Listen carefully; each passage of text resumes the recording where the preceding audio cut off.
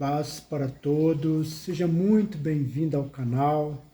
No vídeo passado eu falei sobre o enigma de Sansão. Sansão, um homem escolhido por Deus, nazireu. O voto de nazireu consistia em não beber bebida forte, não tocar em nada morto e não cortar o cabelo. Ele foi escolhido justamente para livrar o povo de Israel da opressão dos filisteus. Uma vez que ele foi escolhido por Deus, Deus conduz a história para esse fim.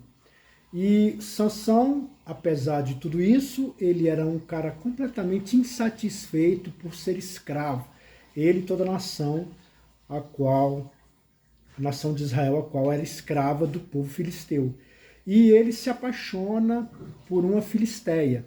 E ele marca um casamento, tudo muito maravilhoso. Tem a festa, ele traz 30 amigos, a mulher traz os 30 amigos filisteus, todo mundo comemora, felicidade, muita alegria, mas ele resolve fazer um enigma. O enigma consistia em algo que tinha acontecido com ele há pouco tempo atrás, onde ele tinha matado um leão. A palavra de Deus diz que o Espírito do Senhor se aposta de Sansão, ele mata o leão e ele vai embora, mas ele volta pelo caminho procurando o leão morto, né? E ao encontrar o leão morto, ele vê lá favo de mel, né? Que é uma coisa interessante também, que chama a nossa atenção, né? Por que ele voltou lá, né?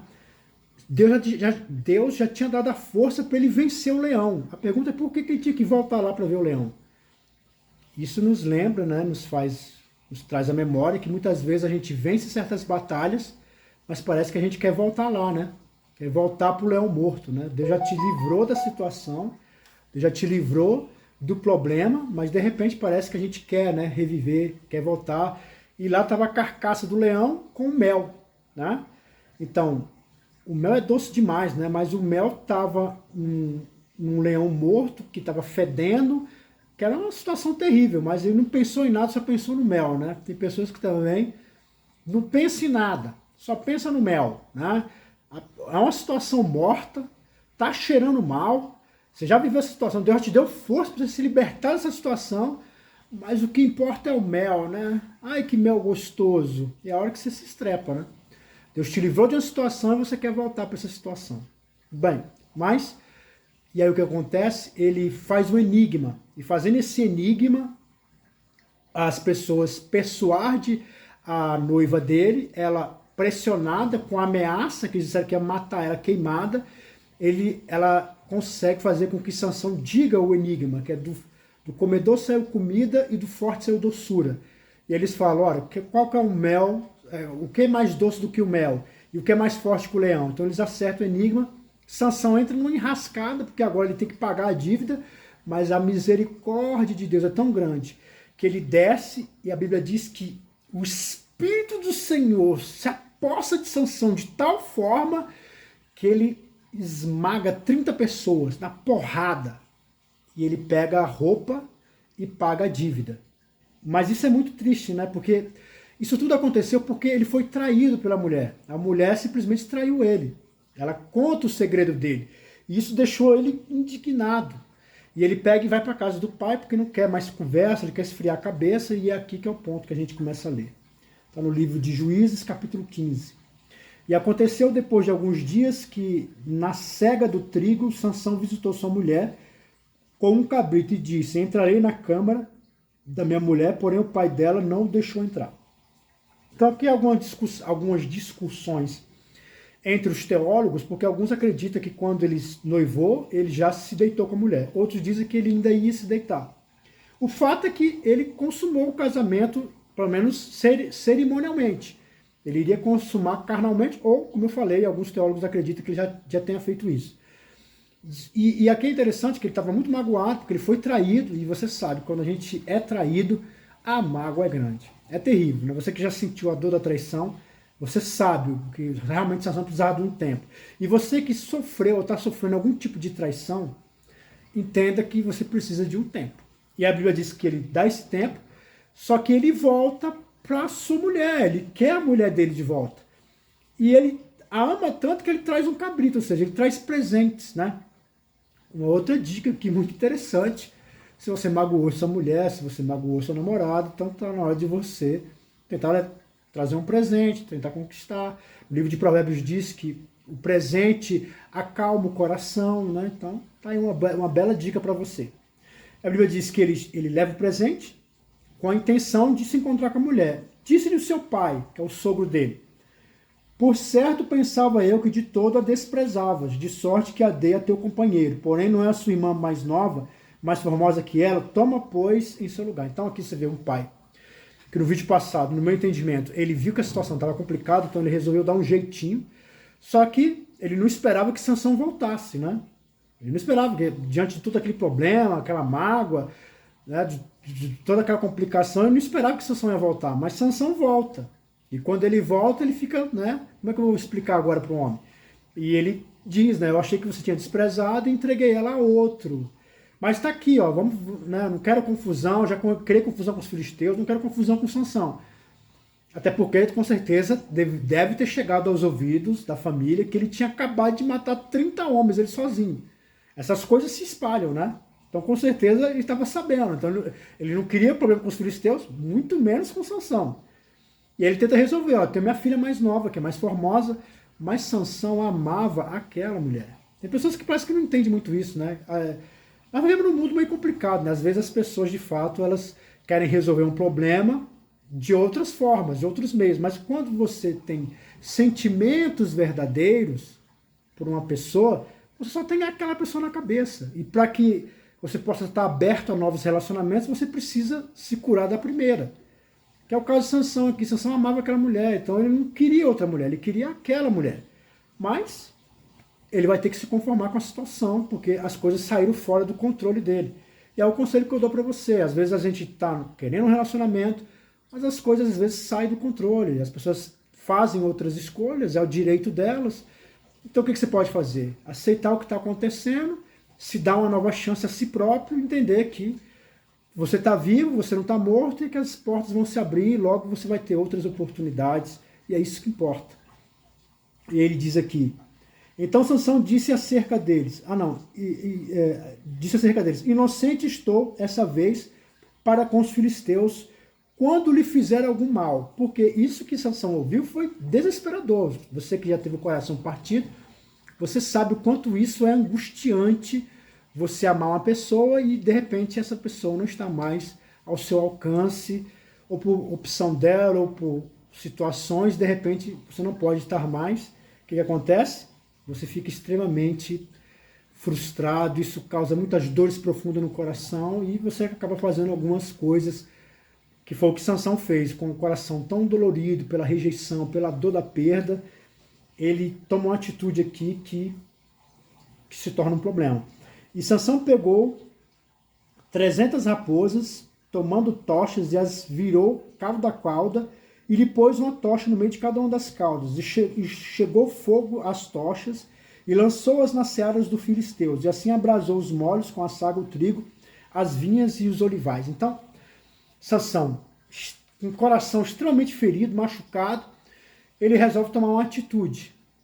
E a atitude foi pegar 30 raposas, então você vê, o Espírito do Senhor se apossa dele, ele pega 30 raposas, que não é uma coisa fácil. Raposa é um animal muito astuto, muito esperto.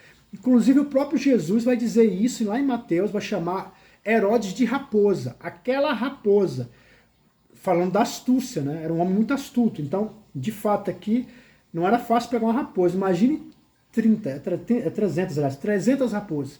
Ele pegou ela pelo rabo, presta atenção, ele não pegou na cabeça, ele pegou pela cauda, né? Perdão, ele pegou foi pela cauda. Ele pega a cauda de uma, pega a cauda da outra e amarra. Ora, se você pega a cauda de um animal, você pode ter certeza que a boca dele vai vir até você e vai te morder. Eu tenho certeza que foi isso que aconteceu. Ele pegou a cauda de uma raposa, e a raposa começou a morder, e ele pega a outra raposa, ela morde, mas ele estava... A raiva, o ódio tão grande da situação, da perda, aquilo mexeu tanto que não importava mais a dor que ele sentia. E aqui é um problema.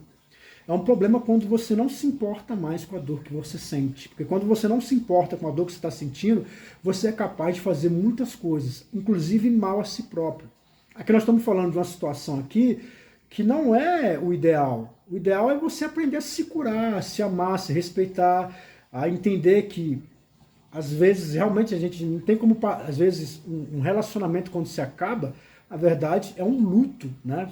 É uma dor profunda que você vai ter que aprender a viver. Mas nós estamos aqui para passar por tudo isso mesmo. A gente aprende a viver. Viver é isso, viver é se alegrar, é sentir dor, é saber trabalhar com a gente mesmo. Mas aqui ele resolve tomar uma atitude que vai custar caro para ele. Se você se sente rejeitado, se você foi abandonado, entenda que você precisa se curar. Não tomar atitudes em prol da tua dor. Porque com certeza você vai fazer besteira, como Sansão fez aqui. Sansão, ele pega as 300 raposas, a raiva tão grande que ele amarra a cauda de uma e da outra e taca fogo na cauda. O que acontece? Os animais ficam desesperados e um começa a puxar o outro.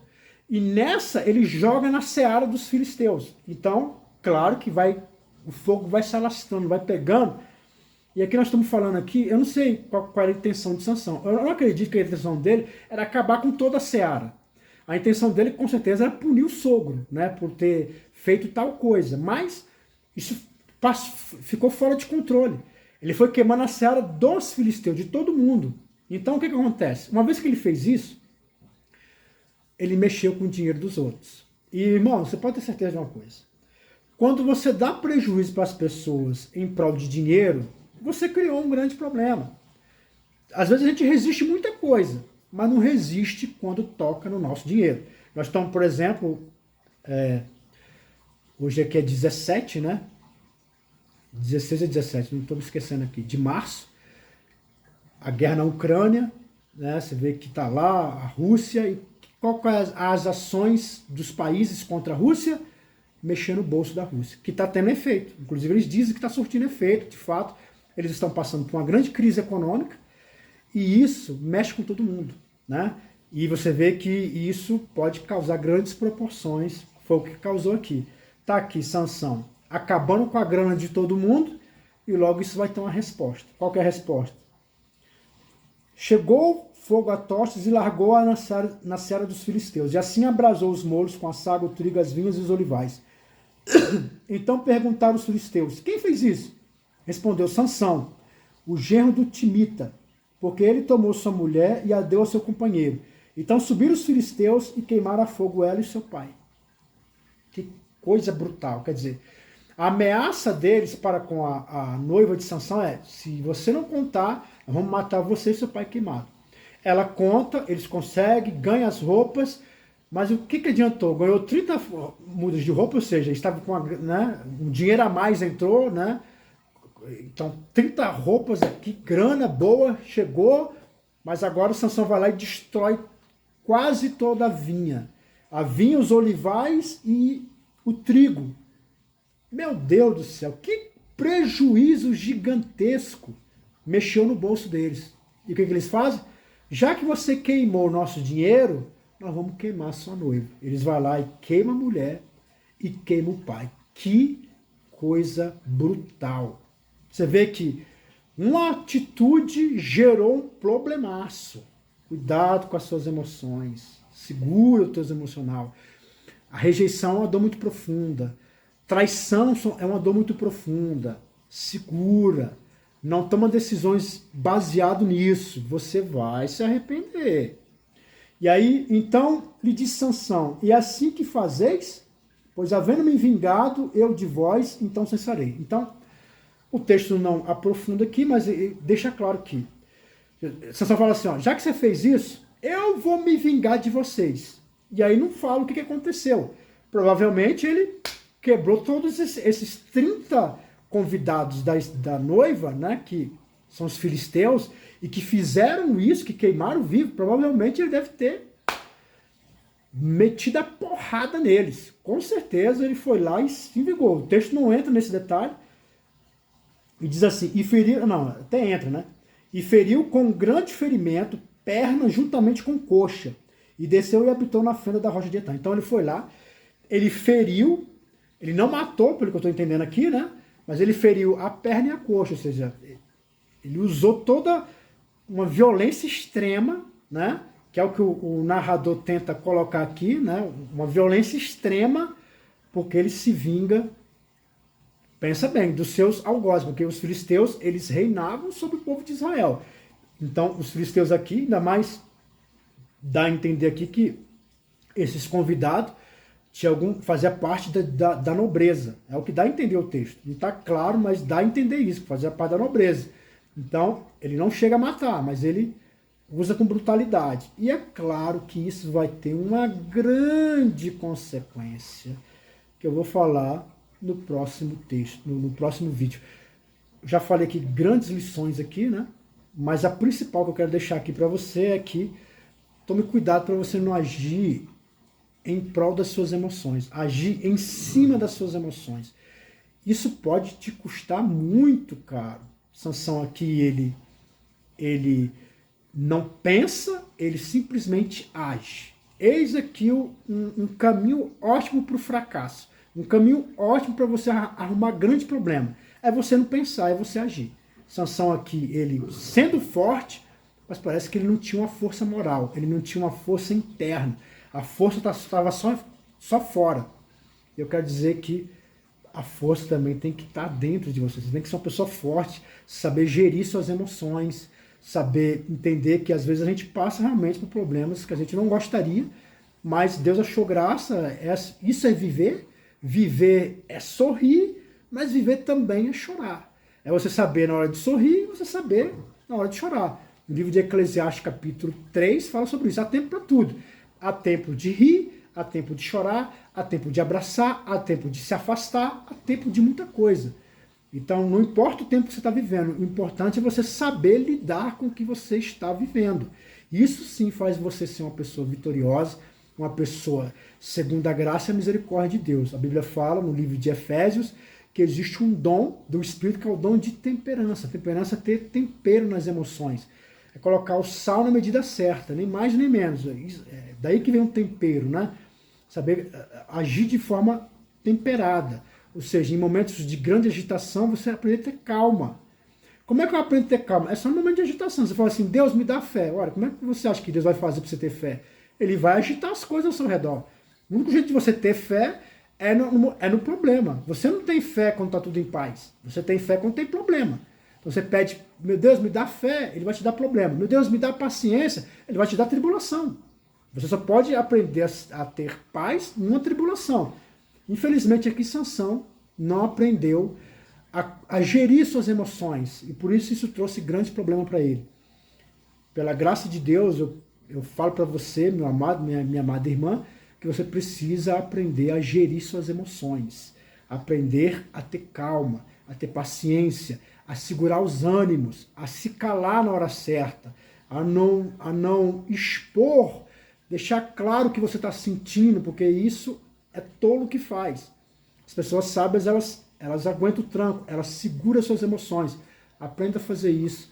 Eu tenho certeza que Deus vai achar graça na tua vida. Fica na paz e na graça, e que Deus te abençoe sempre.